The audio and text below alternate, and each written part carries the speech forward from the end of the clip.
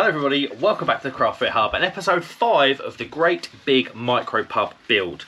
Now you're at a funny angle because I don't want to show you what's on the walls just yet because I want to explain something. Now I haven't done an episode of this for quite a long time now actually, probably, geez, I haven't filmed something in about 6 weeks on the horse box because I had holidays, I was getting the camper van ready for France, and obviously my dad falling ill and stuff, it hasn't really panned out. But everything's on the mend now. Thank you everyone for the messages regarding my father. Everything's on the mend, he's getting better every day. The camper van is done, the holiday is over, so now it's horse box time. What I've done is, well, I'm going to show you what we've been up to. Now, a little bit of context. When I started my dog, Aurora, quiet. Bloody thing. Back when I really got into craft beer, and much like many people during COVID, really got into craft beer. Phone's going off. I do apologise because that's just the way it is around here. I got really into craft beer, and for some reason, and I can't tell you for why, I started saving my cans. So I'd drink a beer, and every beer that I had, whether it was good or bad, I saved the can. And I don't know, I never knew quite why I was going to do that. So when I started my YouTube channel, some of those cans made it onto the shelf. In the early days, you might remember I just had cans everywhere because it's quite cool. I've always liked can art, and I do mention can art a lot on my videos because I'm not much of an artistic person, but I love colour and sort of different things. So I've always appreciated can art. So yeah, I kept the cans. Started the YouTube channel. Some of them ended up behind me as art. I've actually selected some of my favourite beers out of those cans and put them on the shelves. But I still had probably, and I'm not even joking, a few hundred cans in my garage just sitting in boxes collecting dust. Well, that has now changed, and I'm going to show you why. I'm going to show you at a different angle. I'm just going to revert to a different angle because I don't want you to see what's behind me just yet. Okay then, slightly different angle. What I've got here is a can. This is a new beer from Adnams and Daya called Boat Trip. Very good beer actually. But I'm going to show you what we've been up to with these cans. So I was speaking to John from Lord's Brewing Company, and he told me about how you can get wrapped. Because I asked John, I was like, we really want to decorate the horse box with like colour, because that's what we want. We want it to really be a quirky micro pub with lots of weird little things in a horse box. We didn't want to go down the too smart route. I know it's for weddings and stuff, but the wedding venues that are around here that we're going to hopefully get in with are sort of do-it-yourself weddings. I think you attract the different kind of couples with these venues. So we've gone for something that's clear. We want to be different but the same. We don't want to be the same as everybody else being all smart, because it's just not our vibe anyway. And we want to be, yeah, so that's the different thing. And we want to be the same as in, I want to be the same as some of those cosy little quirky micro pubs that I absolutely love. Anyway, what I did with the cans, and I've done it with this already, is poured hot tap water in. This is under John from Lord's' recommendation. And he said, what you can do with these, he said, the warm tap water in the can reactivates the glue. So I don't know if it's going to go correctly. It has done quite a few times, as you're about to see. But what you can do, yeah, it's going to go well, this one. What you can do is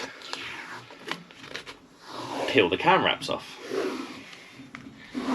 Just like this. This is what we've done. We must have done it, I don't know, you'll see in a minute, a couple of hundred times. And you can remove the can wrap from the can. But once you've removed the can wrap, you can stick it to the wall, the wood, whatever you like. So that can go there.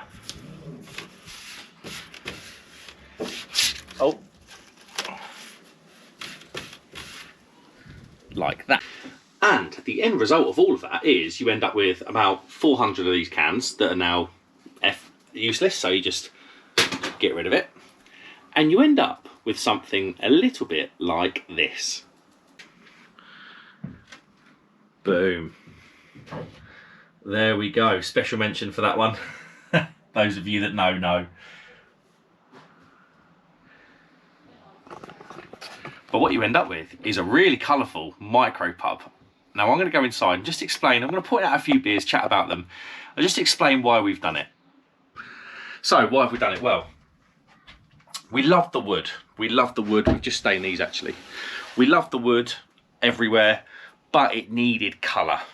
Now, we could have put a couple of photographs up or a couple of framed bits and bobs, but that is just so typical. Any other any other mobile bar has those quirky photos on the wall, a bit of copper, a bit of this, bit of that, and we wanted to be different in that respect, but the same in terms of cozy, weird little micro pubs that you come across. So yeah, this is the end result. This is the back bar. Obviously that's where I'm going to be serving, just there, or one of us is going to be serving the beer.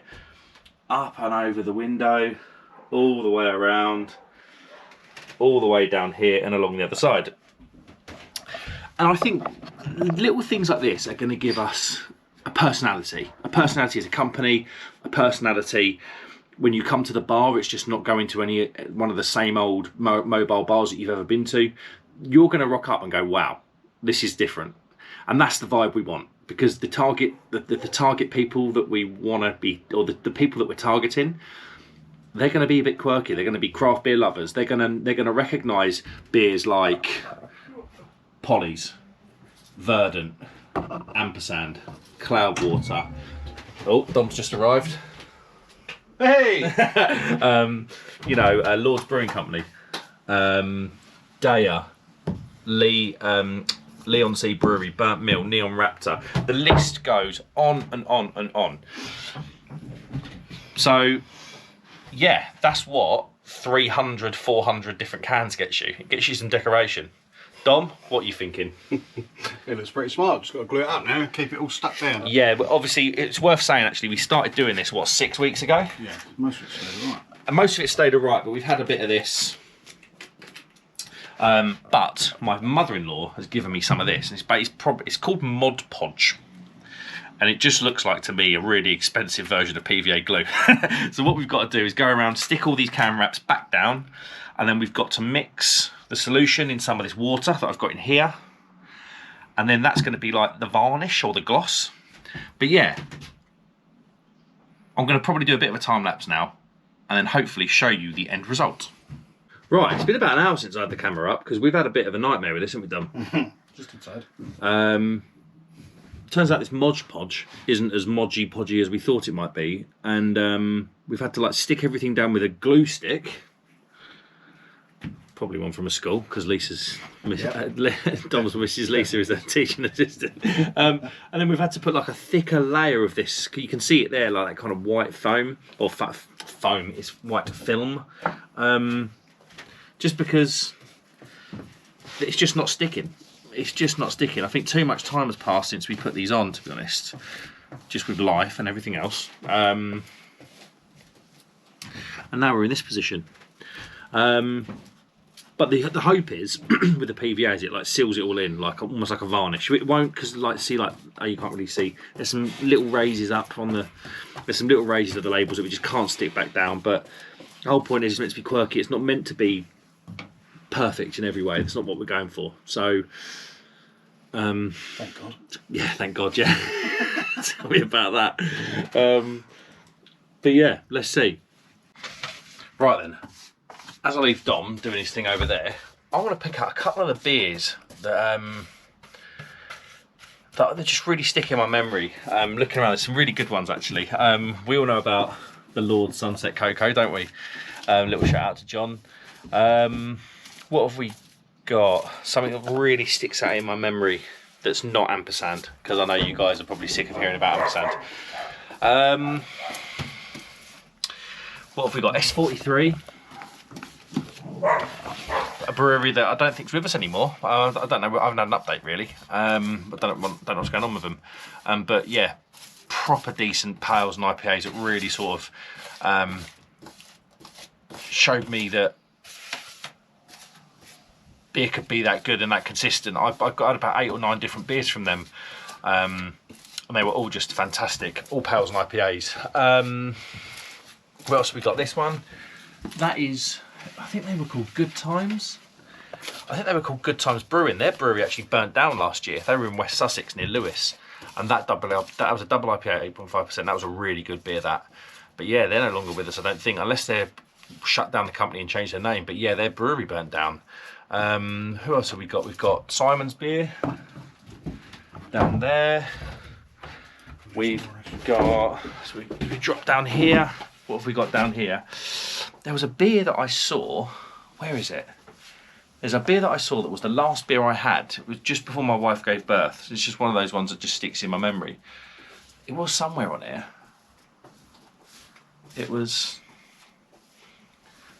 Oh, there's that one, that North Star 2. I'm thinking of the North Star 3. Maybe I've balls that up. But yeah, North Star 3, wherever it might be on this wall. Yeah, that was the last beer I had as a not a dad. This Ampersand beer, I wasn't going to mention them, but that was a sour IPA. And if I look at the sell by date, if it's even got it written on it, it'll be on the can, won't it? That was the first like weird beer I had in terms of like hybrid of flavours or hybrid of styles. That left left a lasting impression.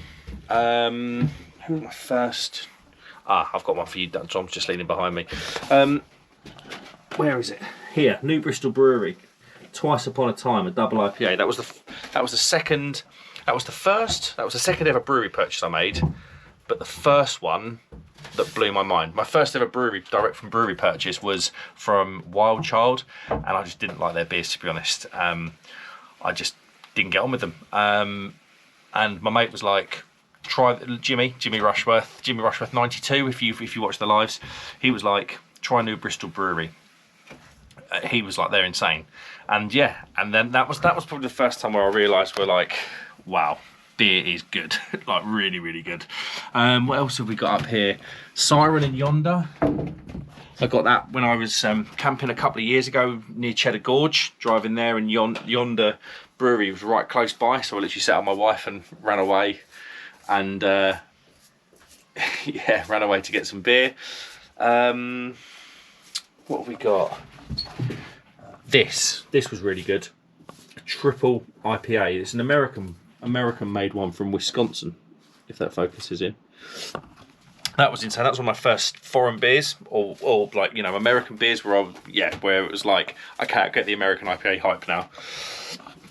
But yeah, there's just a few that stick in my memory. And there's some Track, when I ordered from Track, Duration. There's just loads on the wall. Memories, really, this wall for me. Not so much for Dom, but certainly for me, it's just memories everywhere.